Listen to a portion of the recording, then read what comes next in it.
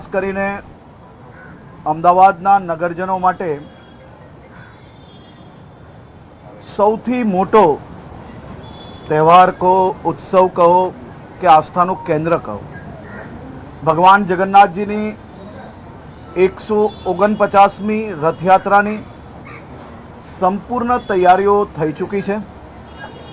આજે સવારે નેત્રોત્સવ અને ધ્વજારોહણના એ વર્ષો વર્ષથી ચાલતી આવતી પરંપરા, જેમાં આજે ધ્વજારોહણ કરવાનો અવસર પ્રાપ્ત થયો। ભગવાન જગન્નાથજીના ચરણોમાં વંદન કરીને અમદાવાદ પોલીસ, ગુજરાત પોલીસ દ્વારા છેલ્લા અનેક દિવસોથી રાત દિવસ એક કરીને રથયાત્રાની વ્યવસ્થાઓનું સંચાલન કરવામાં આવી રહ્યું છે। ત્યારે આજે ભગવાન જગન્નાથજીની આરતી બાદ સૌ ઉચ્ચ અધિકારીઓ અને બંદોબસ્તમાં જોડાયેલા તમામ અધિકારીઓ જોડે સંપૂર્ણ રૂટનું નિરીક્ષણ કરવામાં આવ્યું છે। હિન્દુ, મુસ્લિમ, શીખ તમામ સમાજના લોકો દર વર્ષે યાત્રાનું ભવ્યથી ભવ્ય સ્વાગત કરતા હોય છે। આજે આ રૂટ નિરીક્ષણ દરમિયાન તમામ સમાજના આગેવાનો દ્વારા જે ગુજરાત પોલીસનું સ્વાગત કરતા રાજ્ય સરકારની આ વ્યવસ્થાને આભાર માનતા તમામ લોકો ખૂબ જ ઉત્સાહપૂર્વક આજના નિરીક્ષણમાં જોડાયા। તે બદલ સૌ સમાજના આગેવાનો, યુવાનો અને મહિલાઓને હું વંદન કરું છું, અભિનંદન આપું છું। આ વર્ષની રથયાત્રા એ ખૂબ જ ઉત્સાહપૂર્વક સૌ શહેરીજનો સારી રીતે ભગવાન જગન્નાથજીના, સુભદ્રાજીના અને બલદેવજીના દર્શન કરી શકે તે માટેની વ્યવસ્થાઓ કરવામાં આવી છે। અને આ વ્યવસ્થાઓને ફૂલ પ્રૂફ કરવા માટે ગુજરાત પોલીસ, અમદાવાદ પોલીસ દ્વારા સંપૂર્ણ વ્યવસ્થાઓ એ માત્ર લો એન્ડ ઓર્ડરને જ લઈને નહીં, પરંતુ સામાજિક વ્યવસ્થાઓ પર બી એટલો જ મોટો ભાર મૂકવામાં આવ્યો છે। સામાજિક વ્યવસ્થાઓમાં સૌ સમાજને સાથે રાખીને એકતા કપ, બધા જ સમાજના લોકો સાથે મળીને ક્રિકેટની મેચ હોય કે પછી બ્લડ કેમ્પ હોય, મહોલ્લાઓમાં જઈને, પોલોમાં જઈને મહિલાઓની બેઠક હોય કે પછી યુવાનોની બેઠક હોય, આ બધી જ વ્યવસ્થાઓ છેલ્લા 1 મહિનાથી રાત દિવસ એક કરીને પોલીસ દ્વારા કરવામાં આવી છે। સમગ્ર કાફલાની લંબાઈ, રથયાત્રાનો સ્ટાર્ટિંગ અને એન્ડિંગ પોઈન્ટ એ 2.5 થી 3.5 કિલોમીટર લાંબો રહેશે અને 16.2 કિલોમીટરની આ યાત્રા રહેશે। 18 ગજરાજ હાથી, 103 ટ્રક, 30 અખાડા, ભજન મંડળીઓ અને 3 મુખ્ય રથ આ યાત્રામાં જોડાશે। સવારે 7 કલાકે નિજ મંદિરથી પ્રસ્થાન અને બપોરે 12 કલાકે સરસપુર મોસાલ ખાતે વિસામો યાત્રા દ્વારા લેવામાં આવશે।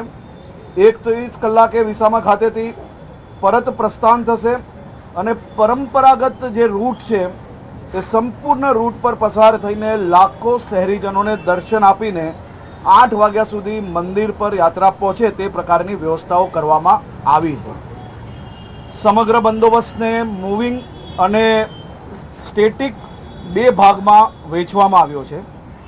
કુલ 26 રેન્જો બનાવવામાં આવી છે, 53થી વધારે એરિયાઓ બનાવવામાં આવ્યા છે અને 1397 પોઈન્ટો બનાવવામાં આવ્યા છે। 10 આઈજી, ડીઆઈજી, 42 ડીસીપી, 88 એસીપી, 900થી વધુ પીઆઈપીએસઆઈ અને 30,000થી વધુ જવાનો યાત્રાના બંદોબસ્ત વ્યવસ્થાઓમાં તૈનાત રહેશે। આ સુરક્ષા કવચમાં 4500 જવાનો મૂવિંગ બંદોબસ્તમાં બી યાત્રા જોડે ચાલતા રહેશે, 12,000 જવાનો સ્ટેટિક બંદોબસ્તમાં અને 13,000 જવાનો ટ્રાફિક તથા અન્ય વ્યવસ્થાઓમાં ખડે પગે આ શહેરના નાગરિકોની સેવામાં અહીંયા ફરજ બજાવશે। આ સાથે 15 SRPF અને 9 સેન્ટ્રલ પેરામિલિટરી ફોર્સિસ બી ફરજ બજાવશે। અટકાયતી પગલાં લેવામાં 59 જેટલા નાકા પોઈન્ટ પર વાહન ચેકિંગ અને રૂટ પર અનેક પ્રકારના ચેકિંગોની વ્યવસ્થાઓ કરવામાં આવી હતી અને છેલ્લા અનેક દિવસોમાં અમદાવાદ પોલીસ દ્વારા સફળતાપૂર્વક અસામાજિક તત્વોને પકડવામાં ખૂબ મોટી સફળતા પ્રાપ્ત કરી છે। કોમી એકતા જળવાય તે માટે શાંતિ સમિતિઓ સાથે મિટિંગમાં જેમ મેં અગાઉ કહ્યું, જેમાં 900થી વધારે બ્લડ યુનિટ્સ ભેગા કરવામાં આવ્યા છે। આવનારા દિવસોમાં આ જ પ્રકારે બ્લડ કેમ્પ થકી વધુમાં વધુ શહેરીજનોને મદદ પહોંચાડવાનો પ્રયત્ન કરવામાં આવશે। સ્માર્ટ પોલીસિંગ અને આર્ટિફિશિયલ ઇન્ટેલિજન્સનો મહત્તમ ઉપયોગ કરવામાં આવ્યો છે। 65,000 જેટલા શંકાસ્પદ ડેટાબેઝ સાથે એઆઈથી પિક પોકેટર કે વોન્ટેડ ગુનેગારોને ત્વરિત ઓળખ થઈ શકે તે માટે અલગ અલગ જગ્યાઓ પર આ પ્રકારના કેમેરાઓ આ વર્ષે સ્પેશિયલ ગોઠવણ કરવામાં આવ્યા છે, જેથી આપણે પાકીટ ચોરી, મોબાઈલ ચોરીની ઘટનાઓ મહત્તમ અંશે આ વખતે ઘટાડવામાં સફળતા પ્રાપ્ત થશે તેવું મારું 100% માનવું છે। તમામ હાથીઓ પર ગ્રિપ્ટોમીટર, જીપીએસ, સીસીટીવી અને ડેસિબલ મીટરો લગાડવામાં આવ્યા છે, જેથી કોઈ બી હાથીને કોઈ બી પ્રકારની તકલીફ ના પડે તેવી વ્યવસ્થાઓ કરવામાં પ્રયત્ન કર્યો છે।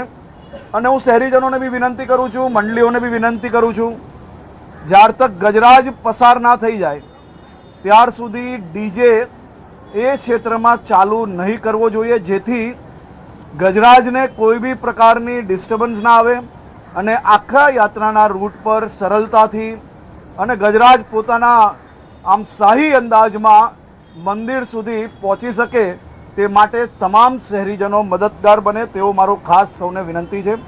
100થી વધુ ડ્રોન દ્વારા લાઈવ સર્વેલન્સ કરવામાં આવશે। વર્ચ્યુઅલ રિયાલિટી અને મોનિટરિંગ અને 3D મેપિંગનો બી આ રથયાત્રામાં ઉપયોગ કરવામાં આવ્યો છે।